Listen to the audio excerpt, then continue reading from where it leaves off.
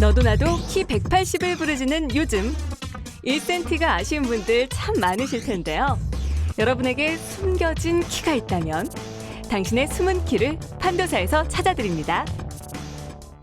선생님, 성인도 실제로 키가 커질 수 있는 건가요? 그렇습니다. 과학적으로는 성장판이 이미 닫혀 있으면 다시 열려서 성장할 수는 없습니다. 성장이 이미 멈춰 있는 거죠.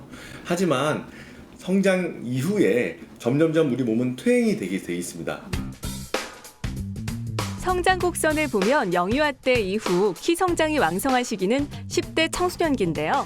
남녀 모두 만 20세 이후 성장 발육이 어느 정도 마무리되고 그 이후 노화가 진행될수록 오히려 키가 작아집니다.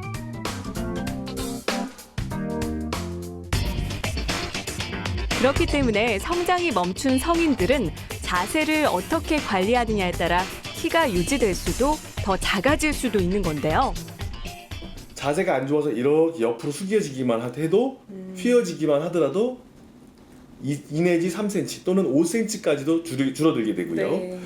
이런 디스크의 간격이라든지 뼈의 변형, 휘어짐 이런 것들을 교정을 하면 20대부터 자기가 자기한테 숨어져 있던 자기가 잃고 있었던 키를 찾을 수 있습니다. 그래서 저에게도 숨겨진 키가 있을지 검사를 받아봤습니다. 역시 저도 자세 교정을 통해 찾을 수 있는 숨은 키가 있다는 결과가 나왔습니다. 잘못된 자세는 척추 측만증, 거북목 증후군, 골반 뒤틀림 등 여러 가지 척추 질환을 일으키고 이로 인해 키를 잃어버린 사람들이 많습니다.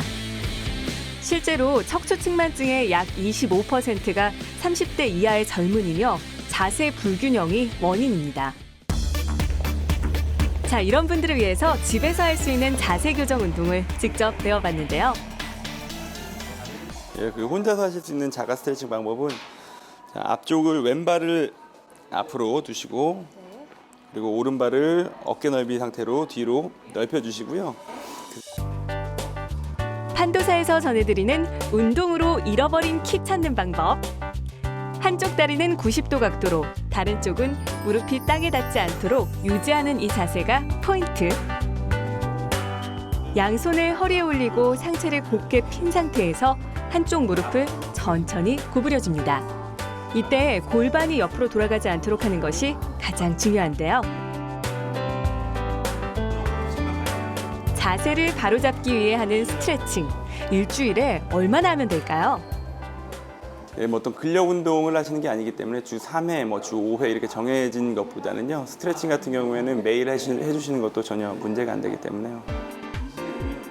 앉아있는 시간이 많은 현대인들에게 이런 간단한 운동은 필수인데요. 가장 중요한 것은 평소에 앉아있는 시간을 많이 줄이시고 특히 자동차나 전철이나 지하철, 진동에 노출되어 있는 시간을 피하셔야 됩니다.